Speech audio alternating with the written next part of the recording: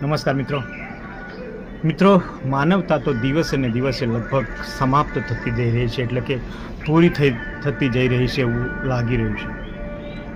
ખૂબ જ દિલ દુખે આપણું, ખૂબ જ આપણને દુઃખ થાય ને એવો કિસ્સો આ છે મિત્રો. હવે યાર એટલો બધો ઘોર કળિયુગ આવી ગયો છે ને કે યાર મા બાપને પુત્રી કે પુત્ર જે નથી રાખતા ત્યાં સુધી આપણને દુઃખ થતું હતું, પણ હવે કેવો જમાનો આવી ગયો છે, હવે આ કળિયુગ કેવો આવી ગયો છે. દોસ્તો, જે વ્યક્તિ આપણને 9 મહિના પેટમાં રાખીને આપણા માટે તકલીફ વેઠે, આપણને આ દુનિયા જોવડાવે, આપણા માટે ડ્રીમ જોવે, આપણને પોતે તકલીફ વેઠીને આપણને બધું પૂરું, આપણું જે પણ સપના છે એ પૂરા કરે, તો એ માતા પિતાએ પણ ક્યાંક ને ક્યાંક એના સપના જોયા હશે. મારો પુત્ર મોટો થશે યા મારી પુત્રી મોટી થશે તો હું સુખી થઈ જઈશ.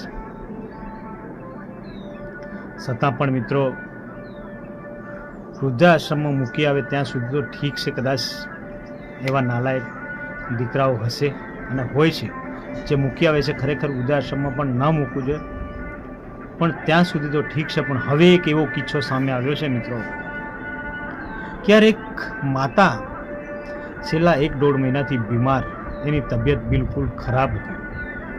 એ મહિપતસિંહ બાપુની વૃદ્ધાશ્રમમાં રહે છે. મહિપતસિંહ બાપુ એના દીકરાને ફોન કરે છે, કહે છે કે તમારી મમ્મી, તમારી માતા છેલ્લા 1-1.5 મહિનાથી બીમાર છે, એની ખબર કરી જાઓ, એનું મોઢું જોઈ જાઓ. તો એ પુત્ર કહે છે મને ટાઈમ નથી મળતો, ટાઈમ મળશે તો આવીશ, નહીં અવાય ફરી આવીશ. આવું કરતાં કરતાં આવા જવાબો આપે છે. ત્યારે એની દીકરીને પણ કહે છે તો એની દીકરી પણ સેમ એવા જ જવાબ આપે છે. હવે દીકરો પણ વ્યવસ્થિત જવાબ નથી આપતો અને દીકરી પણ વ્યવસ્થિત જવાબ નથી આપતો, તો હવે એ માતાને કેટલું દુઃખ થતું હશે, કેટલી દુઃખી થતી હશે માતા. એના કરતાં તો કદાચ સંતાન વગરના માતા પિતા રહી ગયા હોય, કોઈ સંતાન વગરના રહી જાય ને એ જ સારું. આવા બાળકો હોવાનો શું ફાયદો?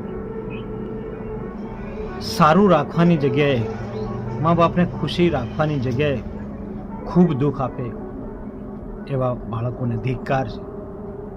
તો મિત્રો, મહિપતસિંહ બાપુ ખૂબ સેવા કરી રહ્યા છે અને એ માતાની ખૂબ સેવા કરે છે અને કહે છે એનો અંતિમ દિવસ, એટલે કે ટૂંક જ ગણતરીના કલાકો બાકી હતા એ માતાના, ત્યારે પણ કહે છે કે ભાઈ, તારી માતા કદાચ થોડાક જ સમયની, કલાકોની મહેમાન છે, તો આવીને મળી લે.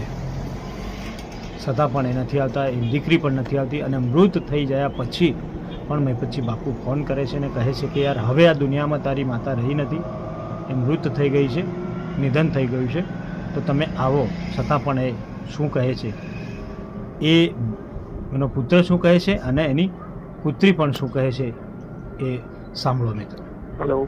હા, તમારા મમ્મી ઓફ થઈ ગયા છે, તમે આવવાના છો? ના સાહેબ, હું નહીં આવી શકતો. તો મિત્રો, આ તમે સાંભળ્યું એના પુત્રનો અવાજ, કે એના પુત્રએ શું કીધું. ગજબની દુનિયા છે સાહેબ. મા બાપ માત્ર ને માત્ર જન્મ આપવા સુધી, યા આપણે મોટા કરીએ ને, બાળકોને મોટા કરે ત્યાં સુધી બાળકોને મા બાપ સારા લાગે છે. એના પછી મા બાપનું કોઈ વેલ્યુ નથી, મા બાપનું કોઈ સન્માન નથી મિત્રો. હવે સાંભળો એની પુત્રીએ શું કીધું. તમારી મમ્મી ઓફ થઈ ગયા છે, ઓફ થઈ ગયા? તો આવવાના છો અંતિમ સંસ્કારમાં? ના, બાપુ નહીં આવીએ. હે ને? તમારા ભાઈને બી જાણ કરી, એને બી ના પાડી. સાંભળ્યું ને સાહેબ? ના સાહેબને પાડી, તો એને મૂકવા કોણ આવ્યું જોઈને હતું? ખૂબ જ દુઃખ થયું. મેં મા બાપ પ્રત્યે ઘણા બધા વિડીયો પણ બનાવ્યા છે, ઘણા બધા વિડીયો અપલોડ કર્યા છે, જે વિડીયો લોકોને શેર કરજો. પણ યાર, માનવતા મરી ગઈ હોય એવું પણ જણાઈ રહ્યું છે અને દિવસે ને દિવસે કંઈક ને કંઈક મા બાપ સાથે આવા કાર્યો થઈ રહ્યા છે. આ તો ગજબનું થઈ ગયું, આ તો હદ પાર કરી દીધી. હા, માં પ્રત્યે બિલકુલ લાગણી ના હોય, પારકા પણ કદાચ આવું ના કરે. આવું એની પુત્રી અને પુત્રએ કર્યું.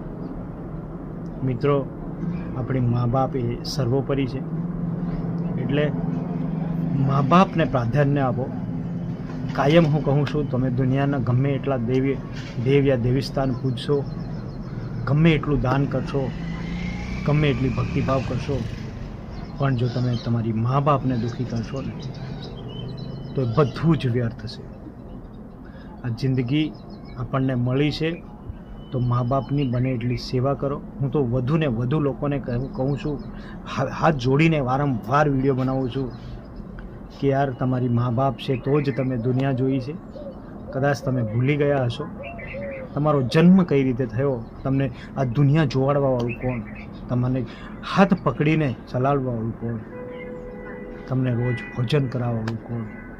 કદાચ તમે તમારા પુત્રની જગ્યાએ જઈને જુઓ, કદાચ તમારું પુત્ર તમારી સાથે આવું કરશે તો થોડુંક વિચારીને તો જોવો મિત્રો. તો દોસ્તો, ખરેખર આ ખૂબ દુઃખની વાત છે.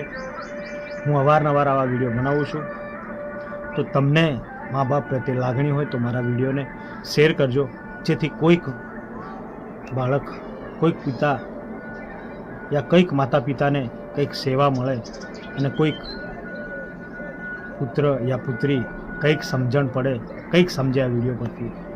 ફરીથી મળીશું નેક્સ્ટ વિડીયોમાં. બાય બાય મિત્રો.